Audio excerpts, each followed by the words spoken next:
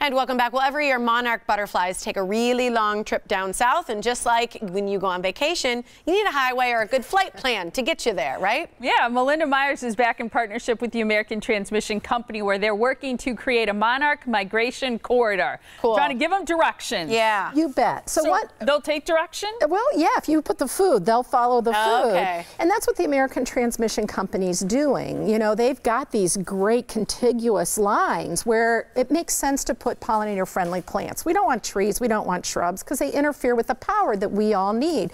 So doing low-growing native or pollinator-compatible plants makes sense.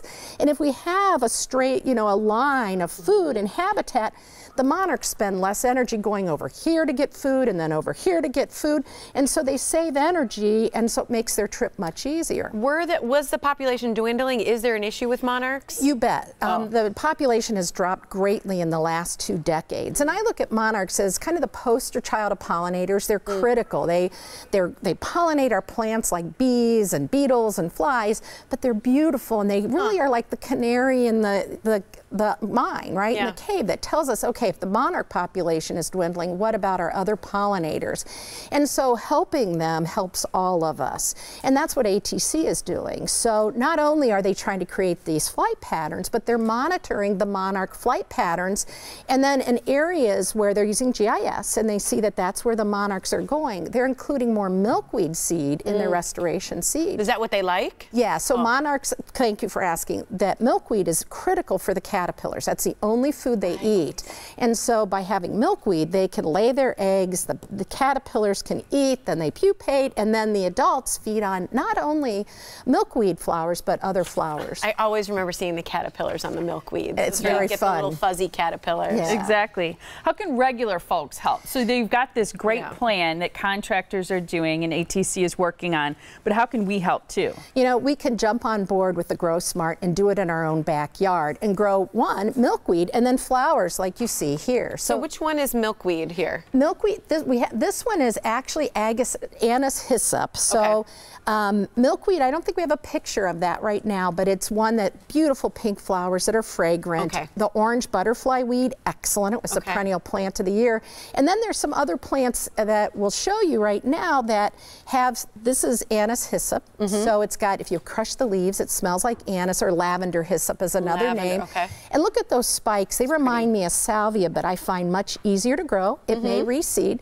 This is the golden cone, yellow coneflower, a wonderful plant that grows great in the landscape, doesn't get the disease problems that some of the others do. I picture a lot of bumblebees on those, the big furry, nice bees. Exactly. And so these are good for bees and butterflies. And one of the nice thing about this is liatris. One of the nice things about this is not only do the butterflies, I've even seen hummingbirds on it, but the seeds set, and then you get the birds coming into your landscape. Well, the thing is too, is you mentioned some of these names and we look at some of these beautiful, is that a coneflower? Because I love that one. I think they're so beautiful. So it's like so dual purpose. The flowers are beautiful, you attract these beautiful butterflies, you're helping with all of that. And if you can't remember all the names, rewatching this segment, people can download a free ATC Grow Smart Pollinator Guide so that you can plant pollinator attracting plants by going to that website, right? You bet. And there's some videos on there, so you can create this beautiful garden like you see here that you'll enjoy, and so will the butterflies, birds, and bees. So it's atc-growsmart.com. Okay, you can also visit you, right? And you'll give people advice. You bet. I'm going to be at Party for the Planet, and I'll be planting with families from 10 in the morning till noon.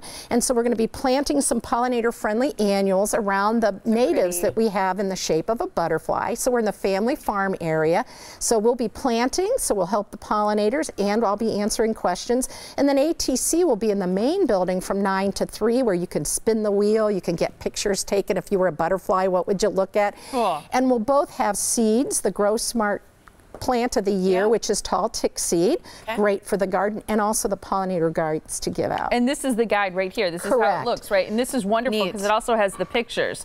So on the front as well as the back, you can see exactly what those pollinator gardens could look like. Do you need certain soil for any of these? You know, all of these will do well in southeast Wisconsin. The better your soil, the easier it is. But these are clay busters, many of them, so they'll deal with our heavy clay soil. In sand, you know, just mulch to help keep the soil moist. But these are plants suited for our climate and most of the soil in our area. That's great. And ATC will have a booth, I think, as you mentioned, right? They'll be right into the zoo's main entrance, so people can stop by there. You bet, from 9 to 3, and if you have trouble finding me, they can direct you from 10 to noon, and come ready to plant. We'll have trowels and kneelers and plants, and what's really fun is I've had kids go, well, I want to stay planting. I don't need to see the animals. You're like, yeah! Is now a good time to plant? Well, you know, we're kind of at that borderline, so we're using things that have been conditioned to be outside. You know, you're getting to be ready with that sheet or that floating row cover in case a frost is in the, you know, we never know in Wisconsin.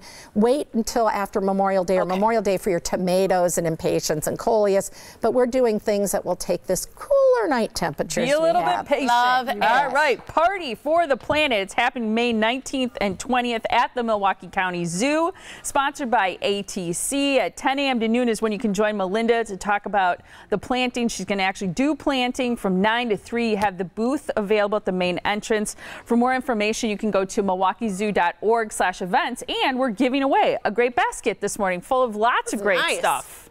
What's in it? So we've got a new ATC bird guide, which is very exciting, the Grow Smart brochure, a couple packets of the tall tick seeds, my books, Midwest Gardener's Guide and Small Space Gardening, mosquito dunks to keep the mosquitoes under control in your rain barrel, and of course, some sunscreen from Digger's Hotline to remind you to call before you dig, and Milorganite, so you can use Milwaukee's own nitrogen fertilizer on your pollinator garden.